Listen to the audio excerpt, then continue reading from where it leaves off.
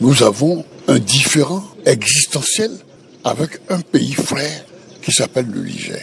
Au moment où la CEDEAO, dont fait partie notre pays, a jugé, vraiment je ne sais pas sur quels critères, de dire voilà, nous condamnons le Niger à la suite du fait que vraiment il y a eu un coup d'État dans ce pays. Si les gens font un coup d'État, ils sont les seuls juges de leur situation. Et le général Tiani et ses amis considèrent que la France est devenue leur ennemi, au même titre que les États-Unis d'Amérique. Et ils ont dit maintenant, pliez vos affaires et dégagez. Quand des gens prennent des décisions aussi graves, parce que c'est pas courant, toi, tu es le voisin, ou tu es avec eux, ou tu es contre eux. C'est comme ça qu'ils voient les choses.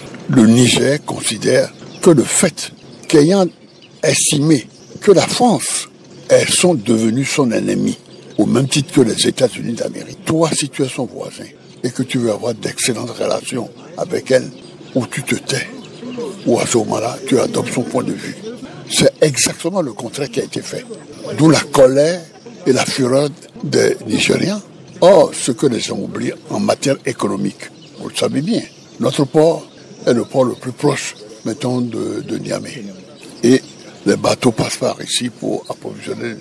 Mais si tu passes du côté de ces ennemis, et se dire à ce moment-là, je n'ai plus aucun de raison d'avoir, mettons, des relations avec quelqu'un qui est devenu mon ennemi. Tant qu'à faire, adressons-nous soit au Nigeria, il y a le port de Lagos, soit adressons-nous au Togo qui est à côté, il y a le port de Lomé, il y a le port d'Accra, etc. Mais Patrice Talon agissait au nom de la CEDEAO. Il menaçait, dites-vous, mais il parlait au nom de la CEDEAO, au nom de ses pairs. Oui, mais la CEDEAO s'était déclarée, non pas pour un pays qui dit « je considère que les gens qui ont agi sont des ennemis ». C'est comme ça que le Niger voit les choses. Est-ce que si tu es un ennemi et que vraiment cet ennemi, hein, tu dis voilà, il faut que je me protège, et que ton voisin dit mais je suis son ami à ce moment-là, il faut savoir. C'est aussi simple que ça. On n'a pas besoin de sortir de Polytechnique, de Normal, de l'ENA ou de autres pour comprendre. C'est une question de voisinage, c'est une question de bon sens. Le Bénin ou Patrice Talon aurait dû penser d'abord à ses intérêts, aux intérêts du Bénin. Mais c'est évident. Et puis surtout, le type dit attention, les généraux de là-bas ont pris la décision de dire aux Français, vous n'êtes plus nos amis. Les Américains, vous n'êtes plus nos amis. Prenez la porte. C'est à ce moment-là que toi, tu vas devenir l'ami de ces gens-là. À ce moment-là, tu deviens, on peut dire au fond, mon ennemi, volontairement. C'est aussi simple que ça. Alors, dites-nous, Président des efforts, Dieudonné Soglo, Patrice Talon a-t-il tort de prendre la décision qu'il a prise dernièrement, celle de mettre, on va dire, l'embargo sur le pétrole nigérien tant que les frontières avec ce pays ne sont pas ouvertes? Mais c'est se tirer une balle dans le pied. Ça n'a pas de sens. Pour des raisons objectives, pour des raisons, mettons, de voisinage, pour des raisons purement économiques, tu décides qu'on a fait un pipeline pour exporter le pétrole, l'or noir, l'or noir. On peut dire du Niger vers l'extérieur. Et on a demandé à ce moment-là aux Chinois qui ont fait ce travail-là. Et après toi, avoir l'or noir, l'exporter, mais ça te rapporte, vraiment on peut dire, on voit l'importance que ça peut avoir pour l'économie, on peut dire, de notre pays. Comment tu peux décider comme ça, froidement, sans état d'âme, que tu n'as pas besoin de cet argent-là? Ça n'a pas de sens. Mais en fait, est-ce qu'il ne mettait pas, c'est pas une manière pour lui de mettre la pression afin que la frontière soit rouverte? Puisque le Bénin en partie également, il a dit. Écoutez, soyons sérieux. De nous deux, qu'est-ce qui souffre le plus? Si on ferme ta frontière, si on ferme ton port, et que tu ne peux plus... Et moi, j'ai la possibilité de m'adresser ailleurs, parce qu'on n'a pas besoin de sortir de Polytechnique, de Normal, de l'ENA et tout ça. On fait... C'est le bon sens, simplement. Qu'est-ce que ça veut dire, ça? Mais le Niger a-t-il toujours des raisons de garder ses frontières fermées avec le Bénin? Mais puisqu'ils ont dit, quand même ce qu'ils ont dit est simple. Nous avons dit ceci. Notre ennemi, nous venons de le mettre à la porte. Il s'appelle la France, il s'appelle les États-Unis. Ils ont dit ça clairement et tout le monde l'a entendu. Vous l'avez entendu aussi. Bon, c'est à ce moment-là que, au moment où ils disaient ça, tu condamnais, dis vous n'avez pas le droit de dire attention.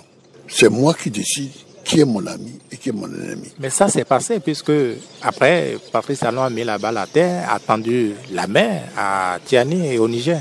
Oui, mais qu'est-ce que vous entendez par attendu la main? Le type veut dire à son armée, tu as tendu la main. Bon, il peut imaginer effectivement que... Mais au moment où il y a entre les deux pays, mais on n'a pas besoin de sortir, c'est une question de bon sens. On a des affaires commerciales ensemble. Moi, je produis et elle sort du pétrole. Et on passe par chez toi et tu bloques. Ça veut dire quoi ça? Est-ce que vous pensez que c'est tolérable que les autorités de Niamey n'aient pas fait signe à leurs homologues du Bénin, qu'il n'y ait pas eu d'inauguration officielle au Bénin, que Patrice Talon ou une délégation du Bénin n'ait pas été invitée à Niamey pour l'inauguration, que même la mise en service, que ce soit par les Chinois, que Niamey soit passé pour passer l'information au Bénin. Il n'y a pas un problème d'élégance diplomatique là? Écoute, il n'y a pas d'élégance, on est dans business. Et Talon est un homme d'affaires. Donc il faut se mettre à genoux pour tout. Il n'y a pas à genoux. Moi, je n'aime pas vraiment... Je suis un économiste. J'ai fait l'une des plus grandes écoles de France qui s'appelle l'École nationale d'administration. Et je suis allé dans la plus grande banque de la planète. Donc, je peux dire que j'ai quand même sur vous l'expérience d'avoir vu des cas, vraiment, on peut dire, de multiples façons. Ce que moi, je dis simplement dans cette affaire-là. Quand tu fais des affaires avec quelqu'un, il ne faut pas être fâché avec lui. Il faut quand même qu'on ait de bonnes relations. Mais cela vaut pour les deux partenaires, non? Qui est gagnant? C'est toi qui as le pétrole? Mais vraiment, moi, je ne comprends pas ce raisonnement. C'est toi qui as le pétrole. C'est lui qui a le pétrole. Il te dit, je ne veux pas que tu t'entends. Si tu veux, c'est que bon, sinon tu m'adresses à quelqu'un d'autre. Et tu dis, tu persistes. Bon, ben, après tout, si tu as une balle dans le pied, tu es totalement libre. Comment baisser la tension dans la sous-région ouest africaine? Comment ramener la paix véritablement entre le Bénin et le Niger, entre Tiani et Talon? Moi, je dis, il faut une tierce personne qui joue les bons offices et qui est à la fois l'ami des deux pays. L'icône planétaire que Nelson Mandela a créé un forum des anciens chefs d'État. Et dans ce forum, le président, c'est l'ancien président du Mozambique. Je suis le vice-président. Il y a le président Obasanjo. Il y a évidemment le président de l'Afrique du Sud. Et il y a celui, au fond, le pays de Nyerere, celui de la Tanzanie. On a la chance que le président de notre forum, le président de Mozambique, parle le français, parle le portugais, parle naturellement l'espagnol, mais il parle également, étant à côté de l'Afrique du Sud, il parle l'anglais. Il parle également, et c'est extraordinaire, il parle très bien, on peut dire, l'arabe. Et Nelson a dit, voilà l'homme qu'il nous faut pour que nous puissions nous rassembler en Afrique et ne plus dépendre des autres continents et subir leur domination coloniale. C'est tout le problème. Donc une solution peut venir des anciens présidents, des anciens chefs d'État africains. Oui, mais je suis de ce forum-là, je suis le vice-président. Et j'ai la chance d'avoir, on peut dire dans cette histoire, un pays comme le Nigeria, un pays comme la Tanzanie. Alors moi je crois qu'on a ce qu'il faut. Et nous avons l'expérience, nous avons le calme pour régler toutes les tensions qui peuvent se lever, mettons, en Afrique. Autrement dit, même Nicéphore Dieudonné Soglo peut faire partie de la solution à la crise entre le Bénin et le Niger aujourd'hui. Je suis membre du forum. Comment? Après toi, je ne suis pas n'importe qui. Quand on est arrivé à la conférence nationale, on a choisi qui? Qui était l'homme de la situation? C'est sérieux. Mais quand même, oh, attention, hein. Il faut me respecter. Non, moi je crois que c'est parce que les gens n'ont pas suffisamment d'expérience et tout ça. Parce que souvent, l'homme d'affaires ne regarde que ses affaires. Il ne regarde pas l'État. Alors, est-ce que vous pensez faire une démarche envers Patrice Talon et envers le président nigérien, l'actuel président nigérien, pour apaiser la situation? C'est évident, parce que là, vraiment, la question dont il est question, c'est il s'agit de mon pays, qui est à la fois, on peut dire là, directement, on peut dire concerné, et qui risque de perdre beaucoup dans cette affaire-là. De perdre non seulement, on peut dire, à deux points de vue. À deux points de vue des affaires. D'abord, tout ce qui arrive par le port de Cotonou est dévié maintenant. Il n'y a plus de bateaux devant le port. Cela passe majoritairement par Lomé. Lomé, alors, c'est pas bon. Deux, est-ce qu'il est normal que le pétrole qui passe par ses mains, on peut dire, passe par notre pays? Non, mais soyons sérieux. Vous êtes béninois ou vous êtes de quel pays? C'est vrai que vous faites votre métier de journaliste, que vous posez la question la plus. Quand même. Non, mais c'est une question de bon sens. Non, on n'est pas fous. Nous sommes des gens qui avons du bon sens. Et je pense qu'il est souhaitable que rapidement nous puissions nous réconcilier avec nos voisins. C'est tout. Et c'est faut donner ce gros merci.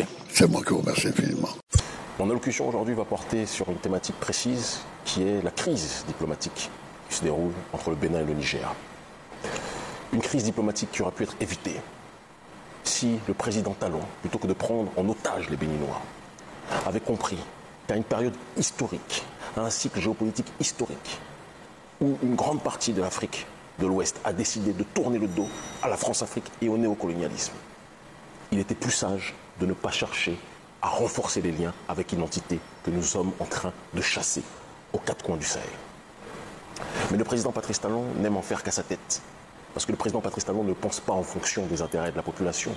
Le président Patrice Talon pense en fonction de comment il peut améliorer ses affaires en tant que businessman, puisque pour lui, le Bénin est une plantation dont il est le patron et il cherche à en tirer profit à travers diverses interactions avec d'autres négriers, d'autres esclavagistes contemporains, comme les gens de l'Élysée.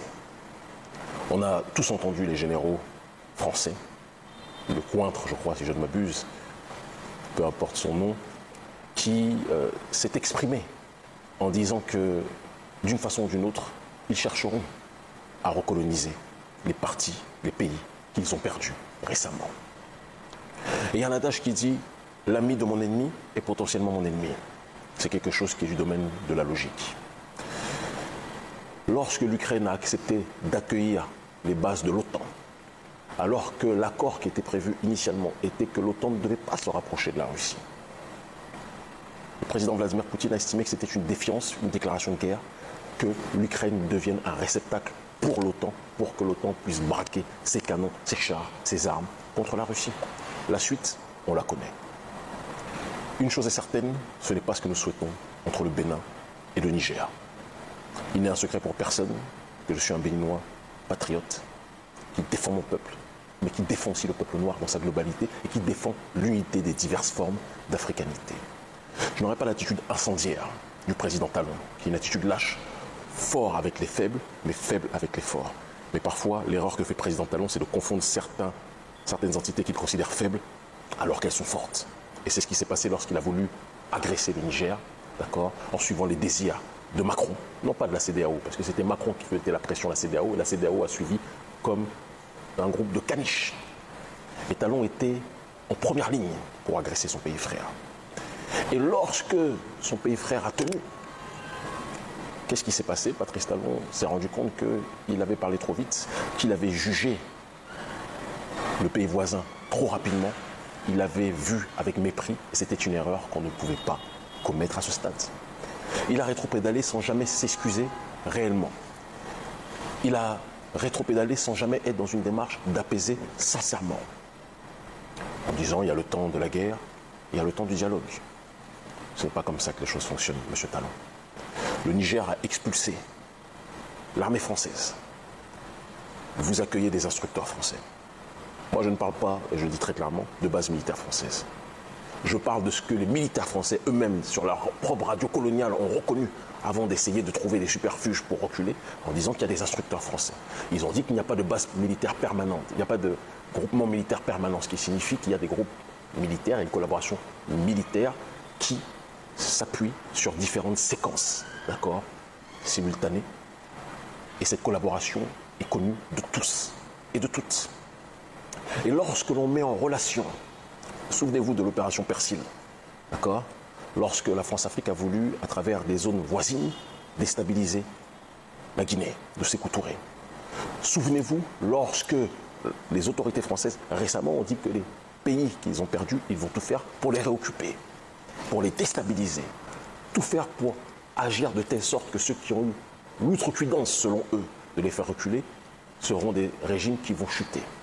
Lorsque l'on met cela dans le contexte, et qu'on apprend que Talon renforce des liens de manière maladive, excusez-moi, avec ceux qui ont été chassés par le Niger, lorsqu'on leur rajoute à cela que le chef de l'Africom c'est le haut commandement, d'accord, américain, militaire américain sur le continent africain, l'Africom qui est, avec l'armée française, l'entité co-responsable de l'assassinat de Kadhafi et de la déstabilisation de la Libye. Patrice Talon, de son analphabétisme géopolitique, invite donc les deux entités qui ont contribué à détruire le Sahel et à assassiner le frère, le guide, Mouammar al-Kadhafi. Et donc Patrice Talon appelle les meurtriers pour que ceux-ci l'aident à soi-disant pacifier ce qu'eux-mêmes ont créé. Et il pense que les autres pays autour de lui partagent sa débilité politique. Je dis bien sa débilité politique, ce n'est pas une insulte, c'est un constat. Et il faut que quelqu'un vous le dise.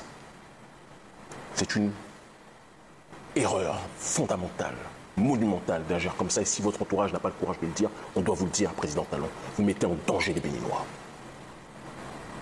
Mais dire cela ne signifie pas que nous pensons et que nous souhaitons que les tensions puissent être maintenues entre les deux nations.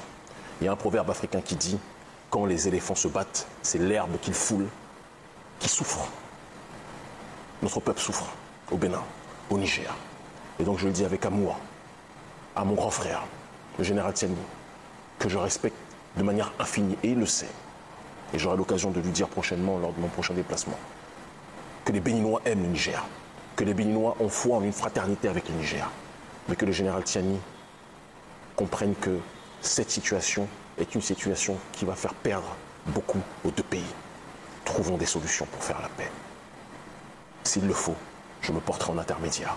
Parce que même si le président Talon est un adversaire politique, cette situation dans laquelle il nous a plongé par son agressivité et sa volonté de collaborer avec les pires ennemis du continent africain, la situation dans laquelle il nous a plongé va faire en sorte que les deux pays vont être en difficulté. Nous tendons la main. Les Béninois, citoyens, patriotes, tendent la main pour demander au général Tiani de faire en sorte qu'on puisse rétablir le lien. Ceci est possible. Nous réussirons ensemble pour l'Afrique unie. Merci.